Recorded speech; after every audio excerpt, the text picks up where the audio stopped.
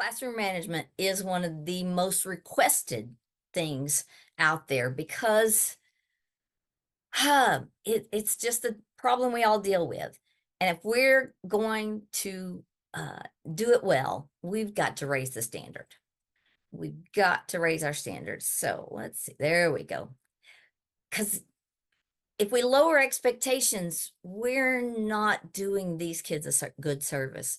So we've got to do that. And so, as we think about this, we need to think about what's the root of most of the problems uh, before we can even implement any plans. So, why is a child acting out? Why are they uh, consistently misbehaving? That's the first question we need to address. So, we're going to look first at the whys of poor behavior.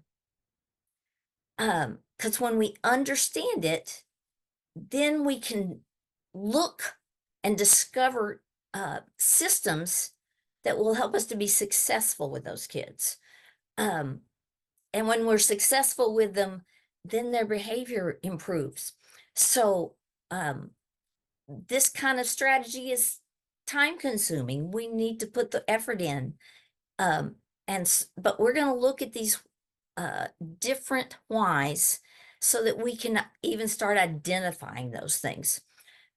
So let's consider some. Need for more attention. Now, there's many reasons children have a need for more attention. Um, and I can't go into all of those things, but that child that just is constantly trying to get you to pay attention to them, um, they may do just about anything to get your attention. So if we purposely give them extra attention, then we may prevent outbursts or actions that they use to fill those needs. So I'm not going to give you all the answers, but because it depends on why they need it. But these are things that we need to look at. Maybe they have an insecurity issue and they are covering it up.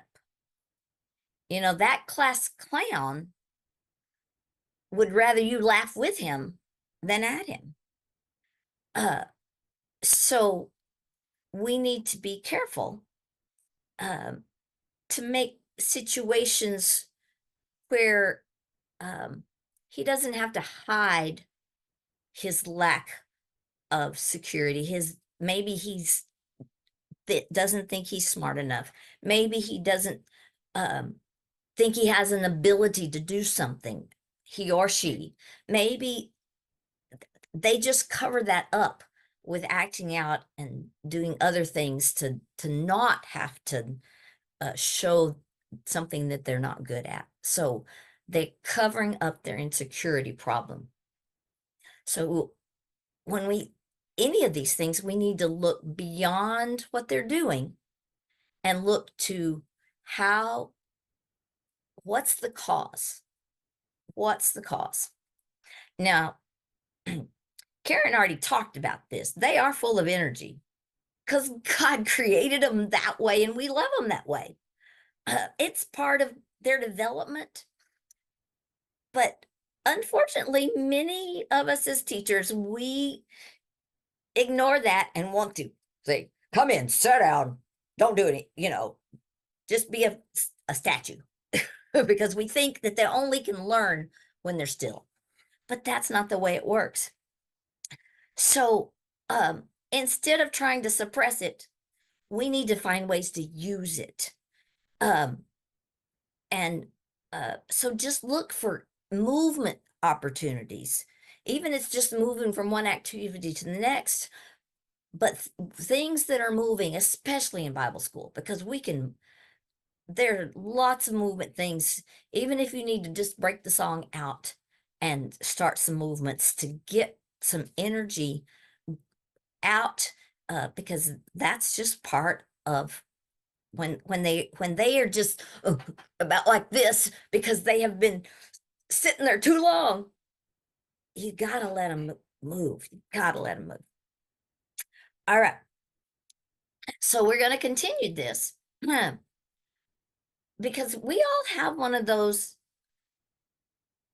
children in our that they think they're in control because that's their security. If they think they can control it all, then they feel secure. They want to be the teacher. They want to be in charge. You know,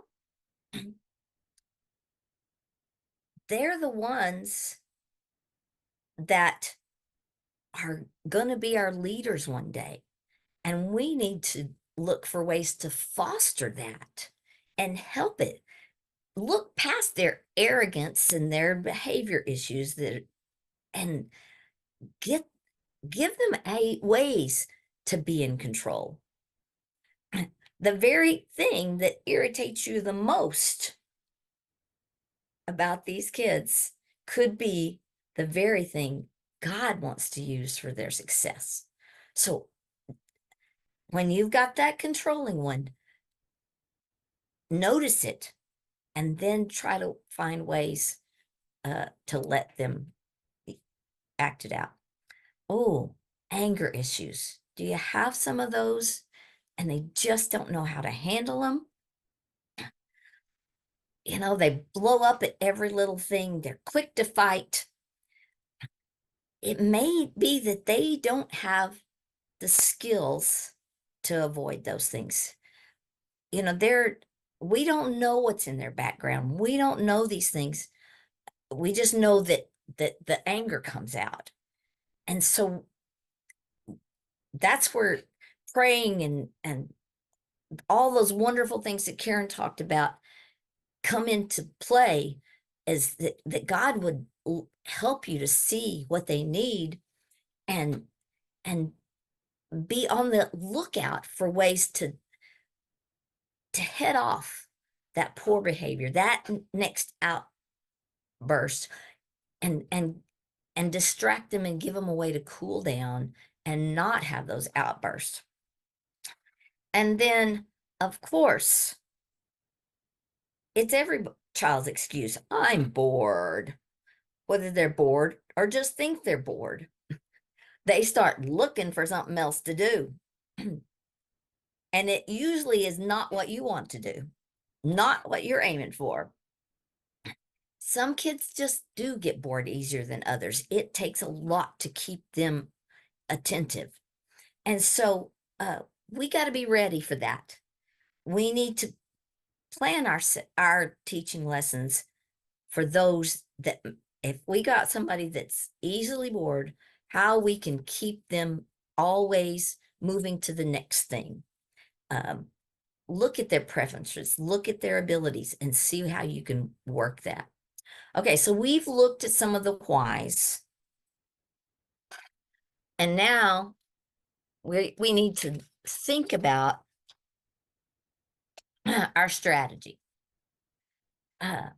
Because if we can prevent these things from happening, then that's so much better, isn't it? You know,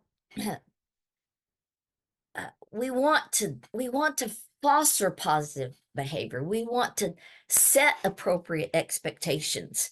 We want all those things to happen. So we've got to be at it from the very beginning.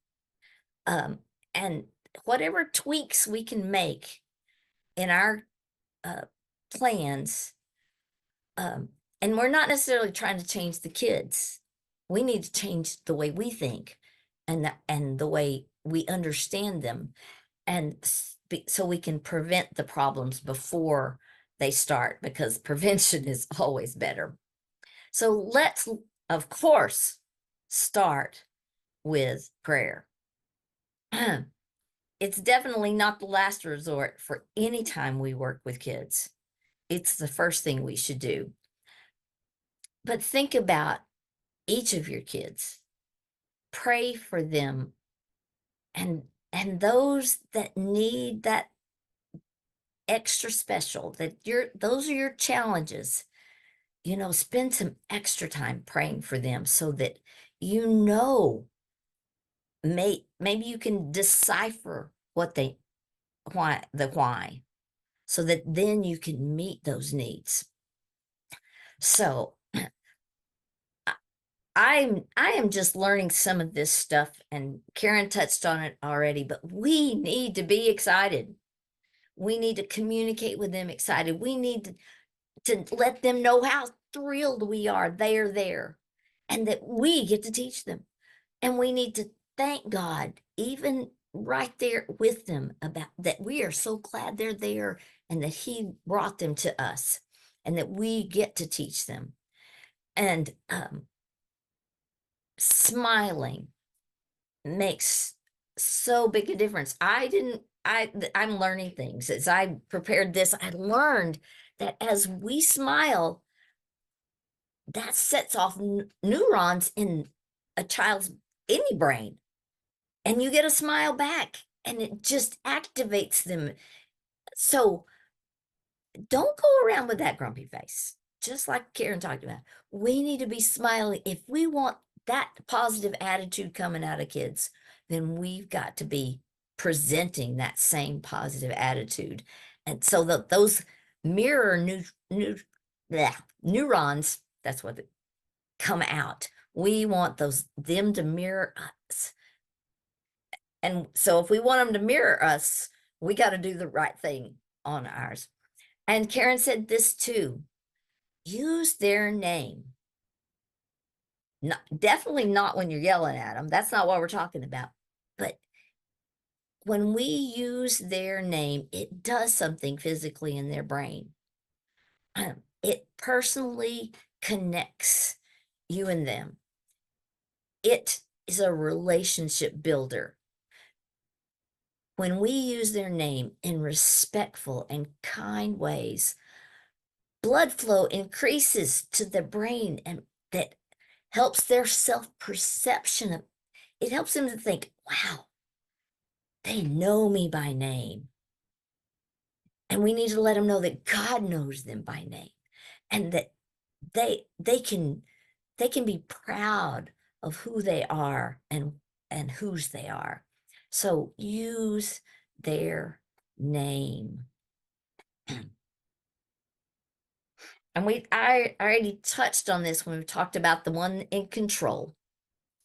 Those that are, they've got this power play going because they want you to think they know more than you do. But God may have wired them for leadership. And they need to stretch those muscles. So give them an assignment. Give them something to do. Ask for their assistance in Bible school each day. If it's Sunday school, give them something to prepare for next week. Give them something that they can do, because you build a relationship with them. And as that relationship grows, you may discover that controlling, disrespectful attitude will just fade away. So give them leadership responsibilities. I feel like I'm just touching on a whole lot of things that Karen already did, but we need to always remember that we need to make our expectations understood. Because if we don't let them know what to expect, how are they going to know? If they don't understand that a certain behavior is wrong, then they don't know how to keep from doing it. So we need to make sure we clearly state our expectations. As she said, they need boundaries. Make them clear and hold fast to your boundaries. Follow through with the consequences of going outside those boundaries. And don't give them 2 or 3 warnings. If you've explained your expectations clearly and they have said they understood, so the consequences should happen with the first time they go outside those boundaries. Uh, because boundaries are so important to kids to feel loved. And uh, they need to know that security of knowing, okay, this is where I can be. This is where I'm safe. This is it. And so it gives them security. Now, don't make this mile long list of rules, but make sure they know respect for you, for their other friends in the group, and for themselves is the most important thing. That is mandatory. So, be, being clear on expectations is critical.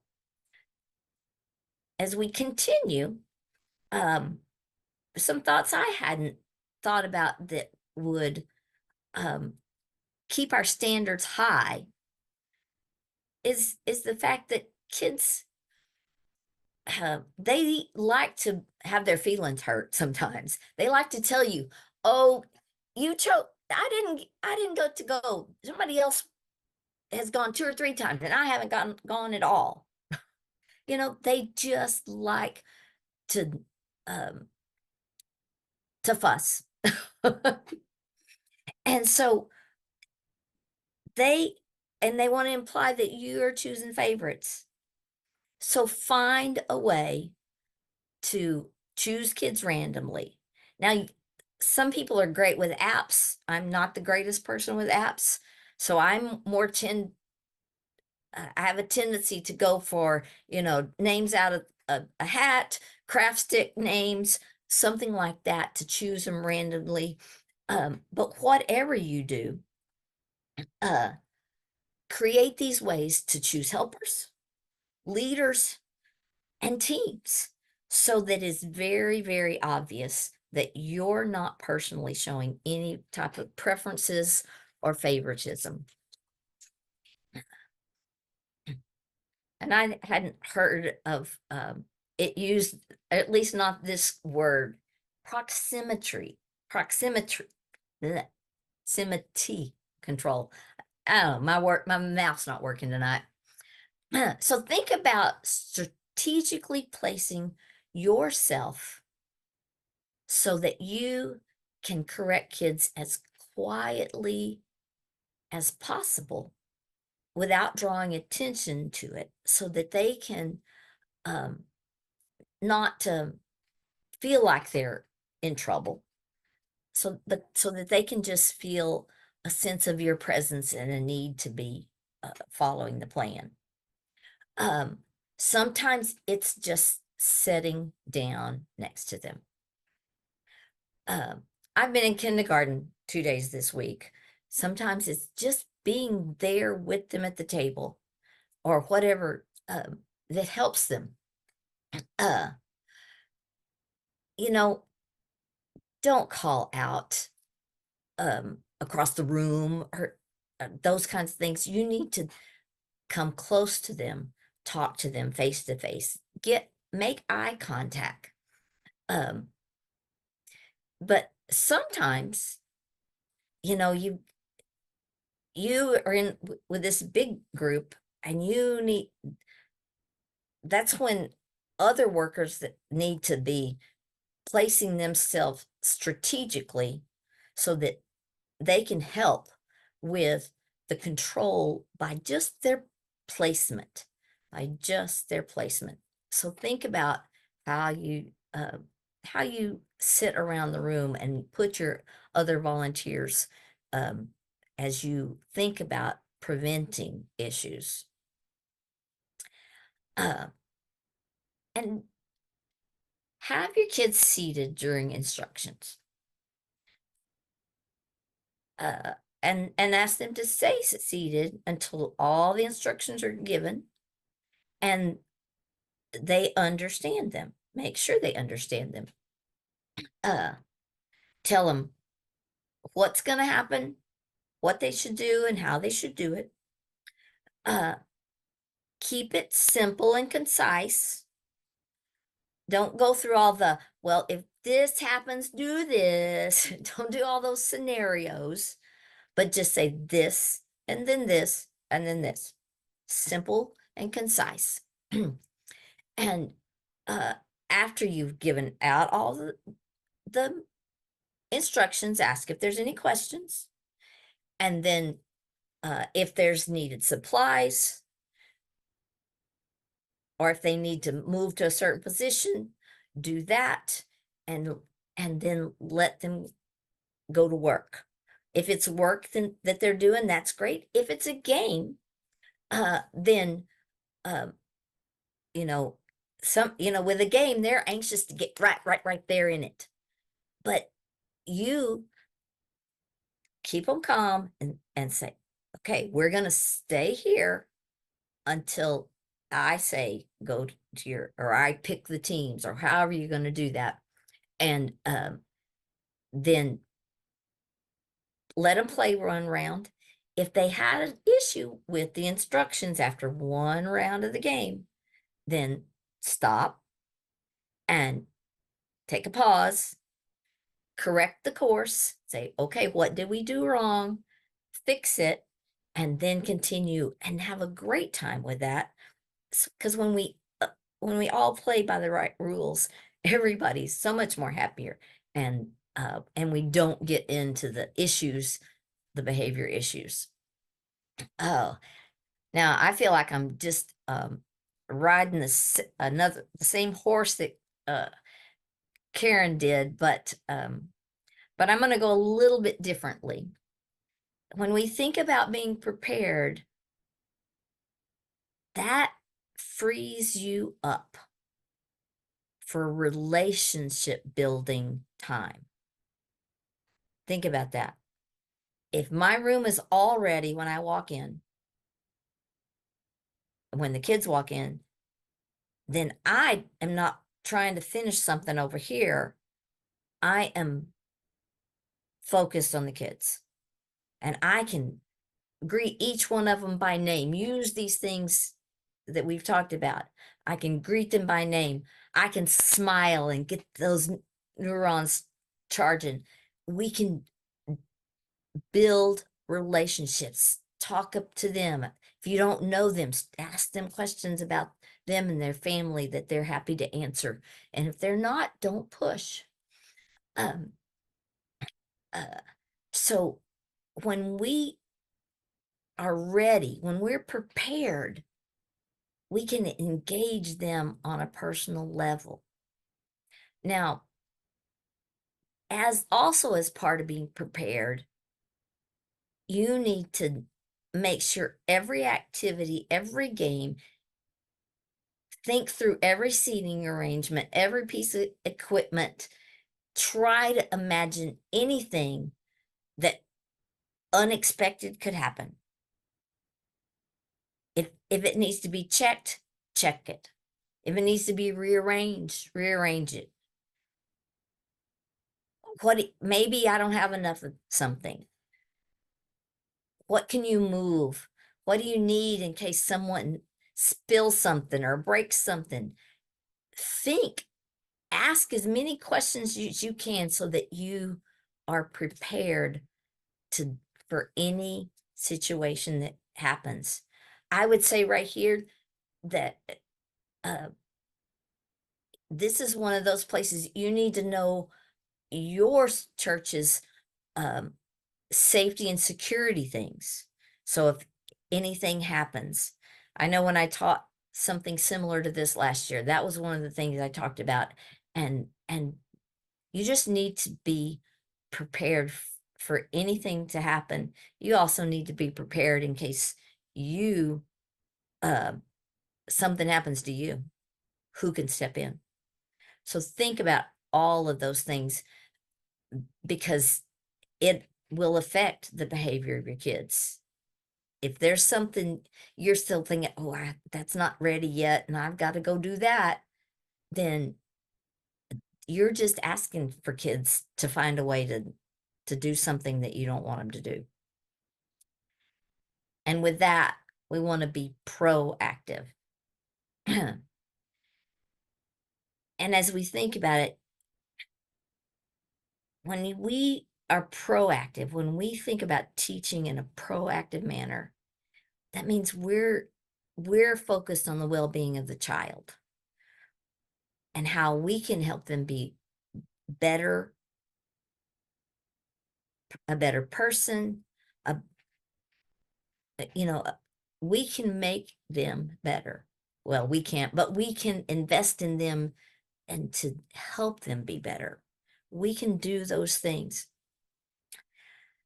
Because if we have a reactive approach, and I have to catch myself at this all the time about being reactive and just uh, saying no too often, um, then it becomes punishment instead of teaching a discipline. And those two things are, in a way, totally opposite. And we need to make sure that we're not doing that, because when we use punishment, it's because we're impatient, we're frustrated, we're getting angry, and that doesn't help these kids at all. We need to step back and take a breath, and and but we need to try to not go there at all, to be proactive from the start. And I probably have flown through this a whole lot faster than I should have, but um I'm sure you're going to have some questions, but this is where we want to think about it. At the end of the day, behavior is all about knowing and understanding the kids you teach. So I'm going to tell you, you need to, yes, you need to study your lesson and that, but you also need uh, to make sure you know about the age level you're teaching, all the characteristics uh, of them, because that helps you with the behavior. You need to learn about all the learning styles that are out there, whether it's visual or audio, yeah, whether it's by hearing or whether it's by nature, there's so many different ways that kids learn. So you need to understand all of those so that you can use them all to help you as you teach. Um, and it's hard to, before Vacation Bible School, to learn about all your kids. But if you're teaching a group that you know a lot of them are in a Sunday school class that you don't teach all the time, then talk to that Sunday school teacher. Ask about things that will help you. Uh, if they have some whys of poor behavior that you need to know about, that will help you um, know how to deal with it and how to uh, the things that trigger those so that you can avoid them. And if there's ways that they learn well, that would help you with those kids. And then go back to that prayer, because ask God to help you know and to show you each day what they need. And that's where we get there. Because when we think about these things, when we know the kids, when we know how kids learn, and the things that they're able to learn, then we can implement strategies and systems that allow kids to succeed. And that's what we want. We want kids that are successful. And so consider your whys and create solutions. And this is where I'm ending today. So ask me some questions and we will see. Very good. Yes, yes.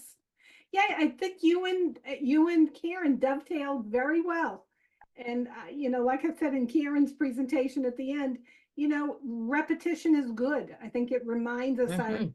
I really appreciated that little switch or a little perspective, a little shift in perspective related to relationships. So, the preparation is really, if you have everything prepared ahead of time, then what a win for you, because now you can pour it all into the relationships of getting to know the children.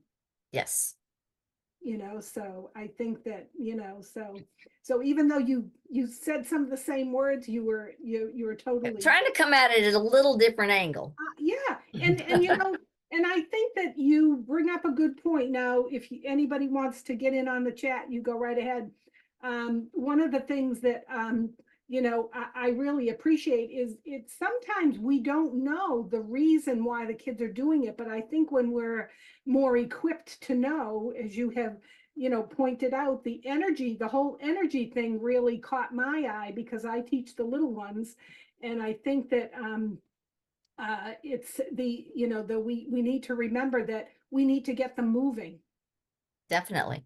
and we don't move as quickly as them. So No. I Like really, I said, I was in kindergarten this week, the last and 2 days. So but I uh, think that because we don't, we project that on them, and so that we do things in our classrooms that are more low key. And as Ashley's pointed out, communicating the excitement, when we can communicate the excitement in our rooms to the kids, it really makes it a whole different ball game. You know what I mean? So so absolutely. and it helps me to go over these things again. Right. Um, uh, so one of my teachers is on, and she's gonna go, you don't do that very Yeah, often. yeah, yeah, Because yeah, you get out of habit yeah. real easy. Mhm. And We fall and back into the old habits very easily. we did, and I put all of the 8 ways of learning, and somebody mentioned visual, auditory, and kinesthetic. And actually, the person that wrote that, those are all in there too, because the kinesthetic is the physical, and the visual and auditory are in there. But the thing is, I'm a visual learner, and so everything that I tend to do is visual. Mhm. So I need to make sure that I am connecting with nature and physical, and the least of them for me is musical. So I have to force myself to do music. But again, the kids learn in different ways, and so we need to be putting that in there. So I thought that was good, reminding us about the whole movement thing to get the kids moving. And then the other thing that I thought about is enlisting special prayer partners. And this kind of goes along with something that Karen said a little while ago. Is once we get the names of the kids that we're going to be teaching, the kids are going to be in our class, we really need to be praying over those names. Yes. And I think that enlisting another prayer person, that can come alongside of us and pray with us together, is really a good idea. Really a good Yeah, idea. it's a great place for if you've got senior adults in your church Yes, that feel like, oh, they can't do anything for Bible school. right, right. They can pray, Yep, yep, and that's for sure um, yep, absolutely. a blessing. Right, right, right. Yeah, Ashley says we made a prayer tree. I like that, a prayer card tree. Great. Awesome. Super idea to get our church involved. That's a very, very good idea, Ashley. Thank you. So think about that, a prayer tree, a prayer tree, and ask people, maybe put the kids' names in an envelope, And, you know, if you don't want to have the kids' names, right, out front, put them in an envelope, and it just asks people to take an envelope and be praying for them, Yeah. at VBS. So I love those ideas. So very, very good. All right. Any other questions? Throw them up in the chat. And the other thing is, write one of your big takeaways. Tell us what your big takeaway from Jan or for Karen was tonight.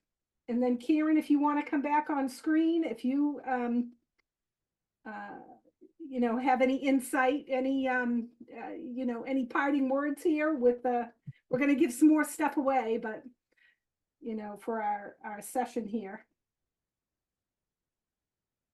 You're muted, Karen. Sorry, my children were being loud. So I have to say again, in case you didn't catch it, there is no room for grumpiness in VBS. Right. Got And it. be flexible, right? 2 takeaways. Be flexible And prepared. and prepared. Yes. Yeah. And spread that joy all over the place like it's a germ. Yeah. And it goes to both. I mean, it goes to, just our, just the nuts and bolts of teaching. And Yes. then when it comes to, the challenges, then they're going to happen. It's not if, but it's going to when it's going to happen, because it's going to happen.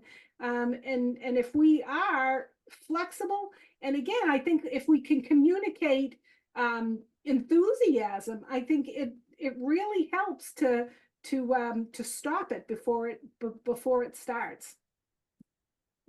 Like you said, your last point there, Jan, be proactive. Yes. Very Yes. good. Very good. Very good. Love it. Okay.